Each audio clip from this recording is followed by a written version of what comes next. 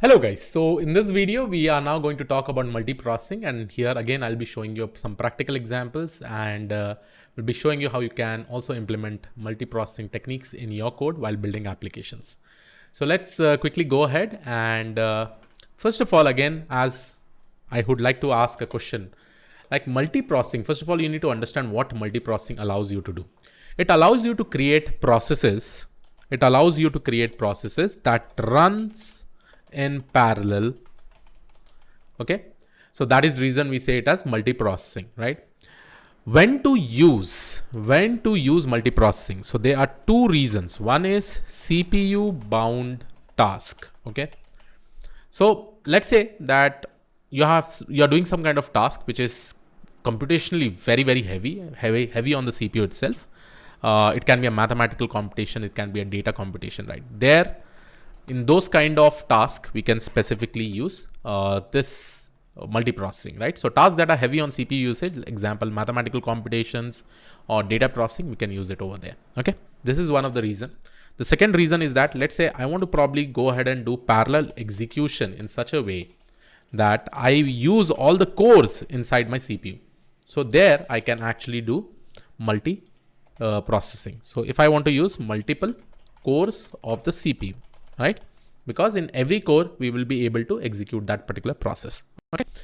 Now quickly, let's see some example. For this, again, we will be using a library which is called as multiprocessing, like how we used it for multi-threading.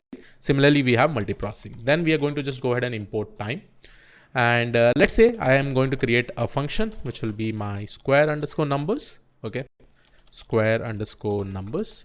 Now inside this, I will just go ahead and write for I in range of 5. Let's say there are 5 elements, and here I'm just going to make it sleep for 1 second. Okay, now let me quickly go ahead and print my f string. So let's say this is my f string. I'll go ahead and write, hey, this is the square, and square is nothing but it will be I multiplied by I. Okay, so this basically becomes my square numbers. Okay, similarly I can go ahead and write my cube numbers, right? So this is my cube numbers.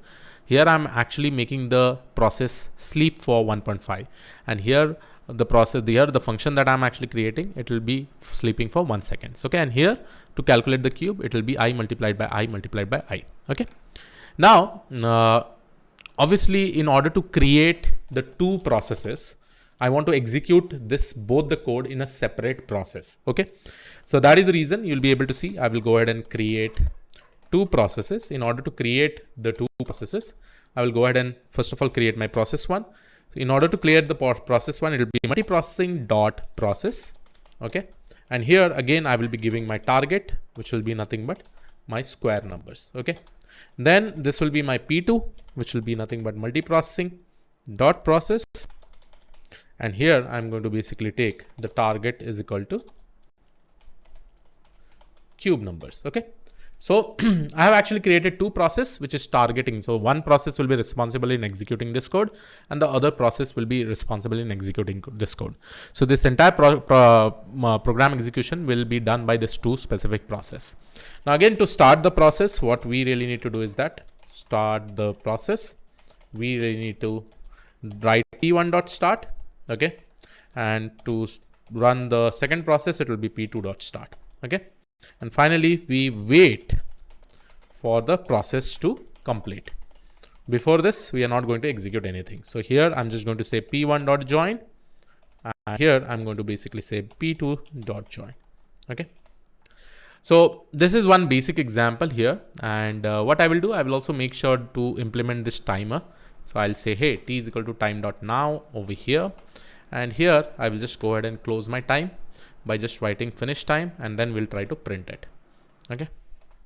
Now you may be thinking, Krish, it's almost same. But understand guys, this is not going to get executed like threads. It is going to get executed by process, and both these processes will be having a separate memory. Okay. So once I have written this code, now let me do one thing. Let me just go ahead and create my entry point. I'll go ahead and write if underscore name is equal to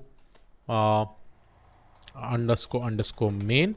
Okay, and then I will put all this code inside this. Okay, so I'll just go ahead and shift and press tab, Just a second. Oops. Control Z, and I'll just press tab. So it will be inside this particular main function, right? So here I'll just use this too. This is just to give an entry point, and this is from where my entire execution of the code will start. Okay. Now quickly, let's go ahead and run this. And here you'll be able to see that we will be able to run it as a, so I'll just go ahead and write Python multiprocessing.py. So, okay, it is giving me an error because I did not write the spelling correctly. So let me just go ahead and write Python. So here you will be able to see, okay, square is equal to 0, cube is equal to 0, square 1, square 4, cube 1, cube square 9. Everything is basically getting executed. And if you go ahead and see the task manager, here also you'll be able to see, I think these are the Python terminals which is being shown over here, right, with respect to the execution. So this is how you will be able to see over here, and the total time that it probably took was 7.60 seconds. Okay.